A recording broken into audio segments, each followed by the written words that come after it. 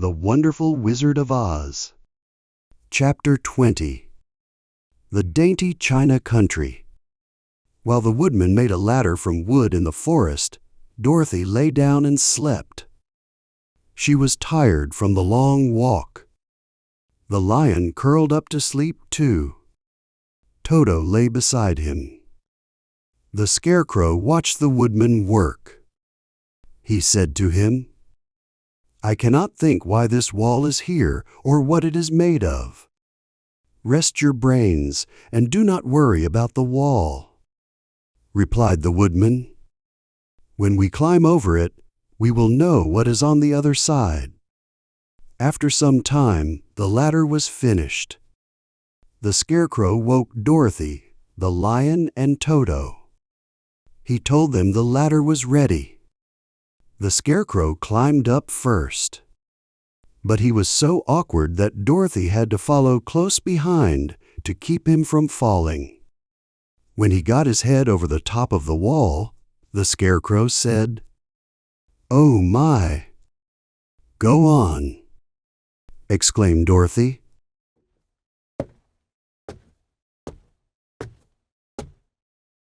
The scarecrow climbed higher and sat on top of the wall.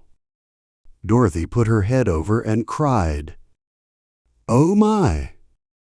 just like the scarecrow. Then Toto came up and barked. But Dorothy made him be quiet.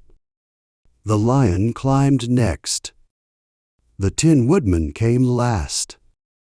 Both cried, "Oh my!" When they looked over, they all sat in a row on top. They looked down and saw something strange. Before them was a great stretch of country. The ground was as smooth, shiny, and white as the bottom of a big plate. Many small houses made of china stood around. They were painted in bright colors.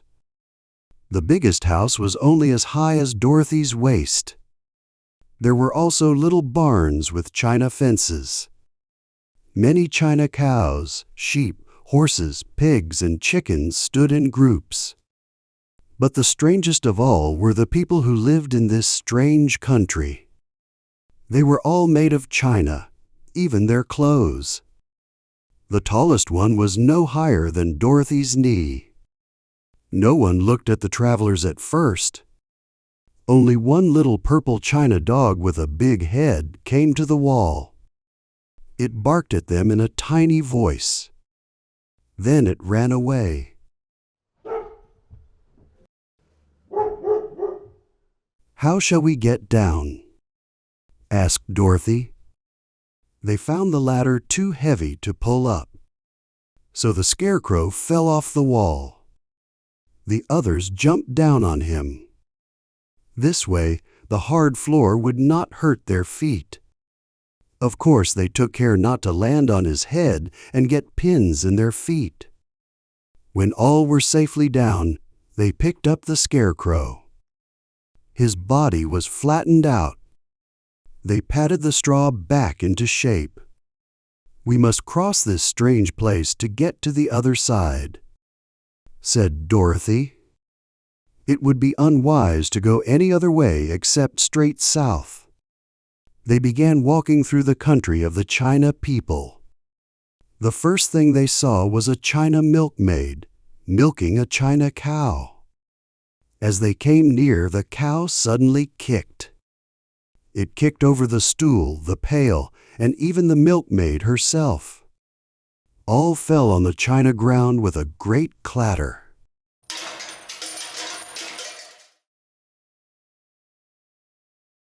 Dorothy was shocked to see that the cow had broken her leg off. The pail lay in several small pieces. The poor milkmaid had a nick in her left elbow. "There!" cried the milkmaid angrily. "See what you have done. My cow has broken her leg. I must take her to the mender's shop and have it glued on again. What do you mean by coming here and frightening my cow?" "I'm very sorry," returned Dorothy. "Please forgive us." But the pretty milkmaid was far too upset to say a word. She simply led her cow away.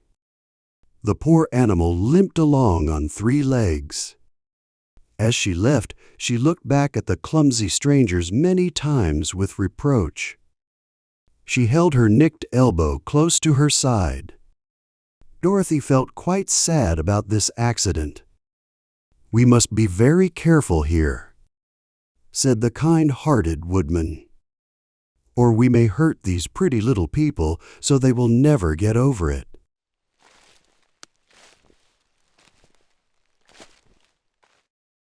A little farther on, Dorothy met a beautifully dressed young princess. The princess stopped short when she saw the strangers. She started to run away. Dorothy wanted to see more of her, so she ran after the princess. But the China girl cried out, "Don't chase me! Don't chase me!" She had such a frightened little voice that Dorothy stopped and said, "Why not?" "Because," answered the princess, also stopping a safe distance away, "if I run, I may fall down and break myself." "But could you not be mended?" asked the girl. "Oh yes, but one is never so pretty after being mended, you know," replied the princess. "I suppose not," said Dorothy. "Now there is Mr. Joker, one of our clowns," continued the China lady. "He always tries to stand on his head.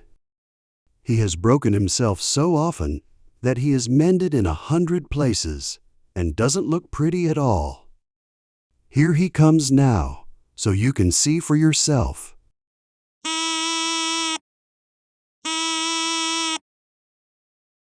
A jolly little clown came walking toward them. Dorothy could see that his pretty clothes of red, yellow, and green did not hide the cracks. They ran every which way. It was clear he had been mended many times. The clown put his hands in his pockets. He puffed out his cheeks and nodded his head at them in a sassy way.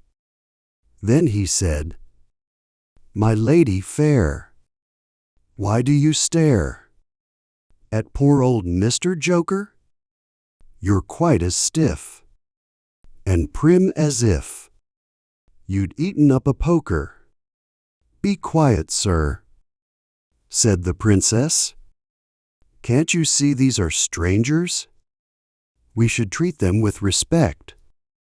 "Well, that's respect, I expect," said the clown. He immediately stood on his head. "Don't mind Mr. Joker," said the princess to Dorothy. "He is cracked in his head. That makes him foolish." "Oh, I don't mind him at all," said Dorothy. "But you are so beautiful. I am sure I could love you dearly. Won't you let me carry you back to Kansas?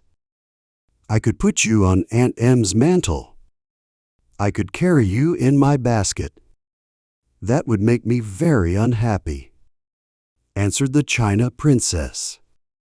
"You see, here in our country we live happily. We can talk and move as we like. But if we are taken away, our joints get stiff right away.